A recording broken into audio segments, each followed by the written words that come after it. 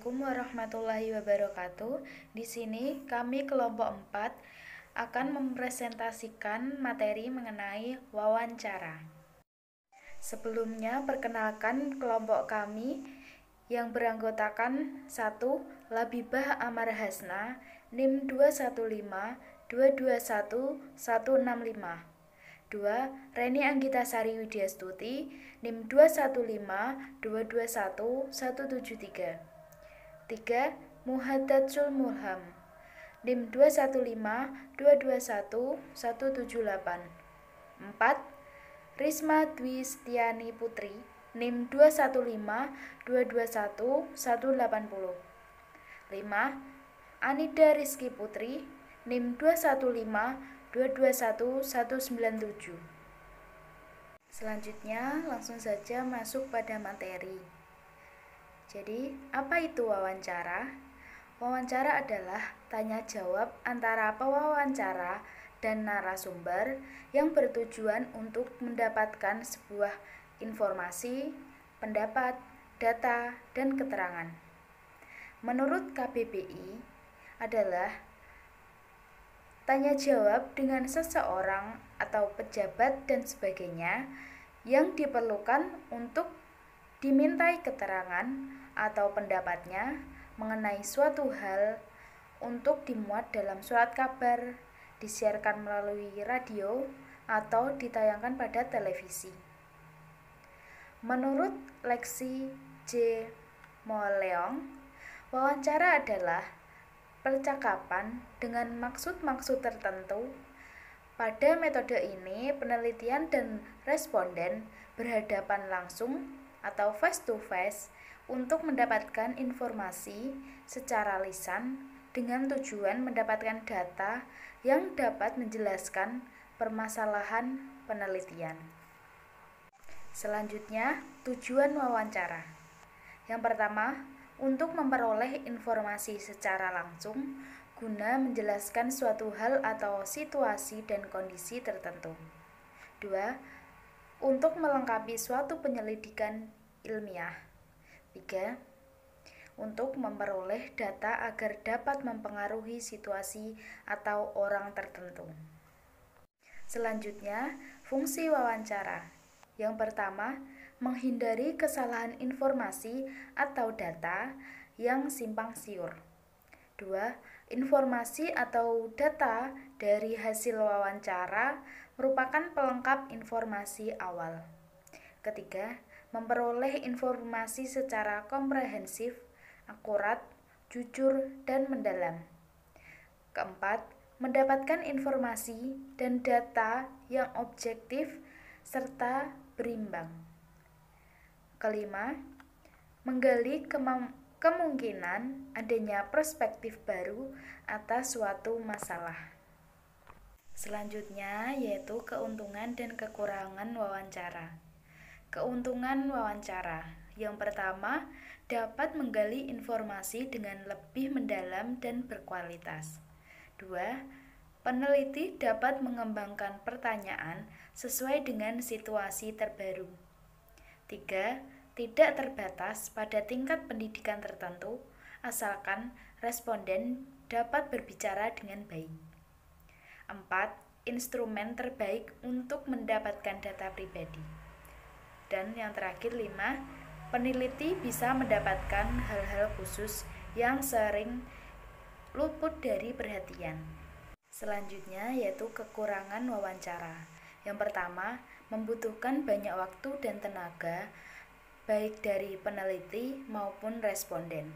2. Keberhasilan proses wawancara tergantung dari kepandaian peneliti dalam menggali informasi yang diperlukan. 3. Interpretasi peneliti bisa terpengaruh oleh responden sehingga tidak objektif. 4.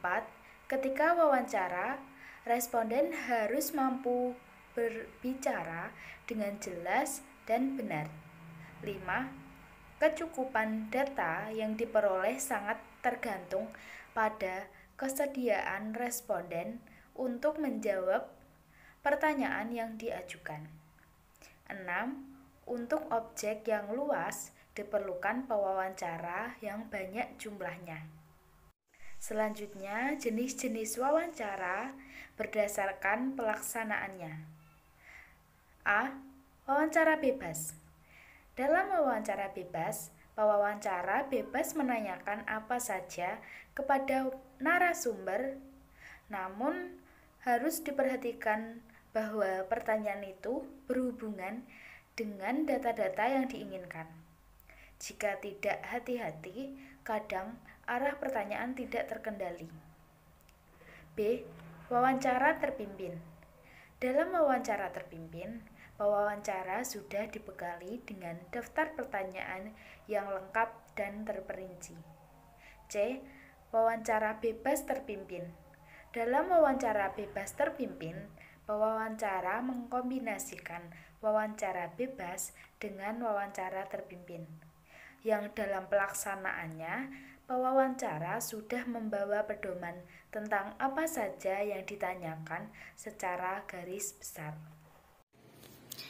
Yang selanjutnya adalah jenis-jenis wawancara berdasarkan jumlah narasumber. Yang pertama ada wawancara individu.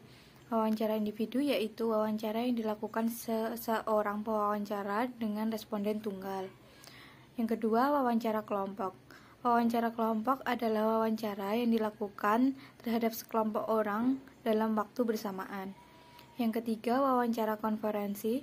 Wawancara konferensi ini adalah wawancara antara seseorang pewawancara dengan sejumlah responden atau sebaliknya. Berdasarkan keterbukaan informasi ada dua. Yang pertama, wawancara terbuka. Wawancara terbuka adalah wawancara yang dilakukan secara terbuka, artinya orang lain dapat hadir dan menyaksikan proses wawancara. Yang kedua, wawancara tertutup. Wawancara tertutup ini adalah wawancara yang orang lain tidak boleh hadir untuk menyaksikan proses wawancara. Kemudian, jenis-jenis wawancara dalam dunia kerja. Yang pertama, wawancara standar. Wawancara standar atau tradisional merupakan jenis wawancara kerja yang paling sering digunakan. Saat menjalani wawancara tersebut, umumnya akan diwawancarai oleh seorang pewawancara. Orang yang jadi pewawancara tersebut bisa seorang staf personalia, manajer departemen, atau utusan departemen. Yang kedua, wawancara perilaku. Wawancara perilaku atau behavior interview fokus pada perilaku masa lalu narasumber untuk memprediksi perilaku masa depan. Sejumlah perusahaan menyukai jenis wawancara ini karena mereka menganggap perilaku sangat mempengaruhi kinerja seseorang. Yang ketiga, wawancara situasional. Berbeda dengan wawancara perilaku, wawancara situasional fokus pada kinerja masa depan narasumber. Umumnya, pewawancara kerja akan memberi narasumber sebuah masalah dan pertanyaan bagaimana cara menyelesaikan masalah tersebut. Yang keempat, wawancara kasus. Wawancara kasus umumnya digunakan perusahaan konsultan. Wawancara ini fokus pada bagaimana kamu menyelesaikan sebuah atau beberapa isu bisnis yang spesifik. Yang kelima, wawancara via telepon. Wawancara ini biasanya dilakukan perusahaan asing yang lokasinya tidak berada di negara atau daerah si kandidat. Yang keenam, wawancara presentasi. Dalam wawancara presentasi, seseorang yang melamar pekerjaan akan diberi sebuah isu bisnis dan diminta mempresentasikan solusi ke satu atau lebih karyawan perusahaan. Waktu yang diberikan kepada pelamar adalah 30 menit, alokasinya adalah 15 menit untuk persiapan dan 15 menit untuk presentasi. Yang ketujuh, ada wawancara panel. Biasanya dalam wawancara panel, kamu akan diwawancarai oleh 5 pewawancara. Mereka akan menanyakan beragam jenis pertanyaan. Selanjutnya, jenis-jenis wawancara dalam dunia jurnalistik. Yang pertama, wawancara dengan janji terlebih dahulu. Wawancara dengan janji terlebih dahulu sering juga disebut interview by appointment. Dalam jenis ini, yang terpenting adalah melakukan persiapan matang terlebih dahulu, seperti mencari tahu latar belakang orang yang akan diwawancarai. Yang kedua, wawancara langsung. Dalam wawancara yang disiarkan secara langsung, bagian yang terpenting dapat direkam untuk digunakan kelak sebagai ilustrasi audio aktual. Wawancara langsung akan lebih menghidupkan sajian sebuah berita atau informasi karena dapat menerima informasi langsung dari narasumber. Wawancara langsung ini dapat menambah aspek human interest. Yang ketiga, wawancara di tempat kejadian. Wawancara di tempat kejadian ini sering pula disebut sebagai on-the-spot interview. Cara wawancara seperti ini biasanya dilakukan saat sedang ada peristiwa kecelakaan besar atau bencana alam. Kemudian yang keempat, jumpa pers. Jumpa pers sering pula disebut dengan wawancara jenis newcomer. Wawancara jenis ini biasanya bersifat rombongan. Artinya, ada banyak wartawan yang mewawancarai satu narasumber atau lebih dengan durasi yang bersamaan. Yang kelima, wawancara melalui telepon. Jenis wawancara ini bukan yang utama. Wawancara via telepon digunakan pada waktu darurat saja. Kemudian ada tips melakukan wawancara. Data yang dihasilkan dari proses panjang wawancara dapat dikategorikan sebagai sumber primer karena diperoleh langsung dan sumber pertama. Beberapa tips saat melakukan wawancara antara lain, yang pertama, mulai dengan pertanyaan yang mudah. Yang kedua, mulai dengan informasi fakta. Yang ketiga, menghindari pertanyaan bersifat pilihan. Yang keempat, ada tidak menunjukkan pertanyaan pribadi. Yang kelima, mengulangi kembali jawaban untuk klarifikasi.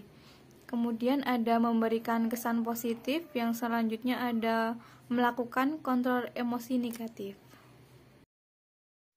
Selain itu, terdapat juga beberapa tips lain yang diperlukan untuk menjadi pewawancara yang baik. Yaitu yang pertama ada jujur. Saya tuh mempunyai minat, kemudian ada kepribadian ramah, tidak temperamental dan juga adaptif. Adaptif di sini yang dimaksud adalah dapat menyesuaikan diri dengan keadaan.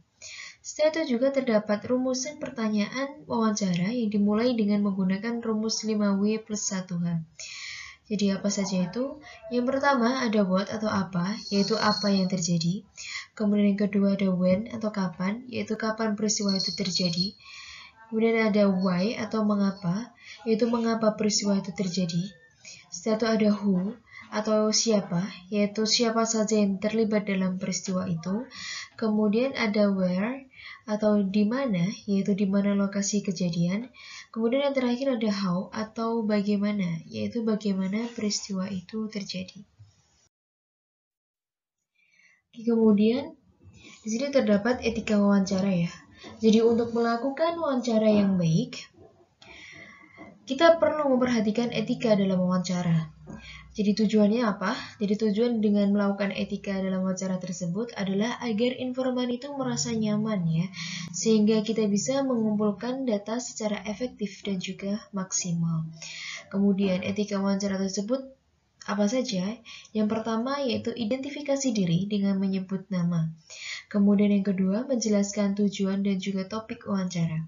Yang ketiga, datang tepat waktu sesuai dengan yang dijanjikan. Setelah itu yang keempat ada memperhatikan penampilan termasuk cara berpakaian. Contohnya seperti berpakaian dengan rapi, bersih, seperti itu ya. Kemudian yang kelima bersikap sopan santun dan juga ramah. Yang terakhir ada menggunakan bahasa yang komunikatif. Jadi mengapa sih kita harus menggunakan bahasa yang santun saat wawancara ya? Jadi tujuannya yaitu agar narasumber itu merasa nyaman saat diwawancarai sehingga narasumber dapat memberikan jawaban yang paling maksimal, seperti itu. Kemudian ada pun juga hal-hal yang harus diperhatikan sebelum wawancara.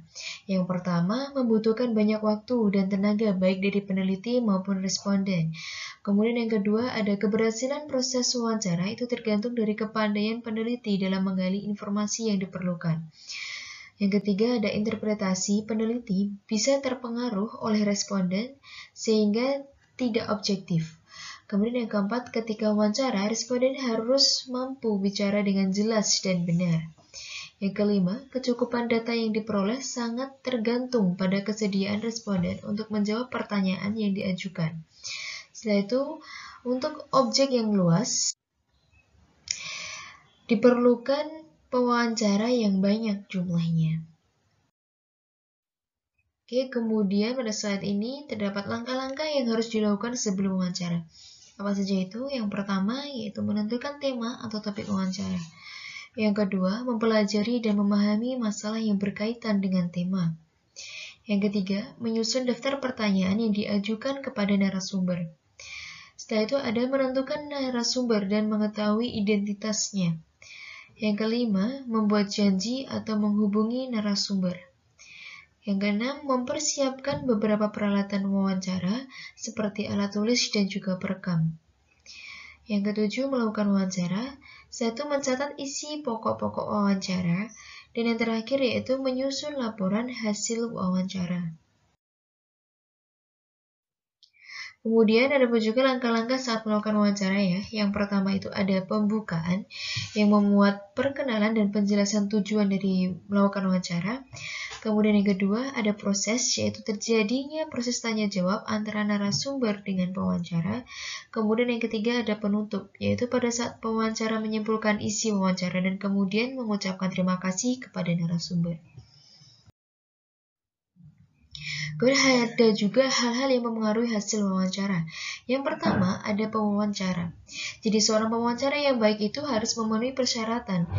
Apa saja itu? Yaitu seperti keterampilan mewawancarai, kemudian motivasi yang tinggi dan juga rasa aman. Jadi pewawancara tersebut tidak ragu dan juga tidak takut menyampaikan pertanyaan. Pewawancara juga harus menyampaikan pertanyaan yang merangsang responden untuk menjawabnya, menggali jawaban dan juga mencatat semua hasil wawancara tersebut. Bila persyaratan wawancara tersebut terpenuhi, hasil wawancara akan bermutu. Kemudian yang kedua ada informan. Informan dapat mempengaruhi hasil wawancara karena mutu jawaban yang diberikan tergantung pada apakah dia dapat menangkap isi pertanyaan dengan tepat dan bersedia menjawabnya dengan baik. Seorang pewawancara harus bisa mengarahkan responden dan sabar dalam menghadapinya. Kemudian yang ketiga, ada topik penelitian. Topik penelitian atau daftar pertanyaan dapat mempengaruhi kelancaran dan hasil wawancara. Kesediaan responden untuk menjawab tergantung pada apakah ia tertarik pada masalah itu dan apakah topik tersebut sensitif atau tidak. Kemudian yang terakhir ada situasi wawancara. Jadi situasi wawancara adalah situasi yang timbul karena faktor-faktor waktu, tempat, ada tidaknya orang ketiga, dan juga sikap masyarakat pada umumnya. Selamat pagi. Selamat pagi, Pak. Oke, sebelum saya ucapkan selamat kepada Saudara Risma yang telah sampai pada tahap wawancara. Baiklah, sebelum kita mulai, saya minta kepada Saudara Risma untuk memperkenalkan diri secara singkat seperti nama, umur, dan pengalaman. Perkenalkan, nama saya Risma, tempat tanggal lahir saya Sukoharjo 19 September 2003. Saya berasal dari instansi UIN Raden Mas Said Surakarta, Prodi Akuntansi Syariah. Pengalaman saya, yakni saya mengikuti relawan pajak di kampus dan saya mengikuti kegiatan sosial di luar kampus, yakni peduli ekonomi. Di sana, saya sebagai divisi keuangan. Baik, apakah kamu punya keahlian lain? Saya mampu menguasai software seperti Excel, Word, dan MBOP. Selanjutnya, apakah kelebihan dan kekurangan kamu? Kelebihan saya bertanggung jawab, disiplin, percaya diri, dan mampu bekerja dengan tim. Kemudian kekurangan saya dalam mengerjakan suatu pekerjaan, saya kurang teliti dan pelit. Apa yang kamu ketahui tentang perusahaan ini? Perusahaan ini bernama Vivcrew, yakni perusahaan yang menyediakan fasilitas pembiayaan konvensional seperti modal kerja, pencairan pinjaman, biaya pernikahan, pengobatan, dan lain-lain. Dan mengapa tertarik melamar di bagian accounting? Karena sesuai dengan jurusan saya, yakni akuntansi. Saya tertarik pada bagian ini. Lalu, jika diterima, berapa gaji yang Anda inginkan? Gaji yang saya inginkan sekitar 3-5 juta. Karena menurut saya dengan gaji sekitar 3-5 juta sesuai dengan studi yang sudah saya tempuh selama ini. Selanjutnya, mengapa kami baru memilih Anda untuk kerja di perusahaan ini? Karena saya memiliki dedikasi yang tinggi untuk perusahaan. Saya mampu mengerjakan dan tanggung jawab atas tugas yang diberikan oleh perusahaan kepada saya. Oke, baik. Terima kasih atas kunjungannya hari ini. Untuk informasi lebih lanjut, akan kami hubungi saudara kembali. Baik, terima kasih. Terima kasih Pak atas kesempatannya. Saya berharap semoga saya bisa diterima di perusahaan ini.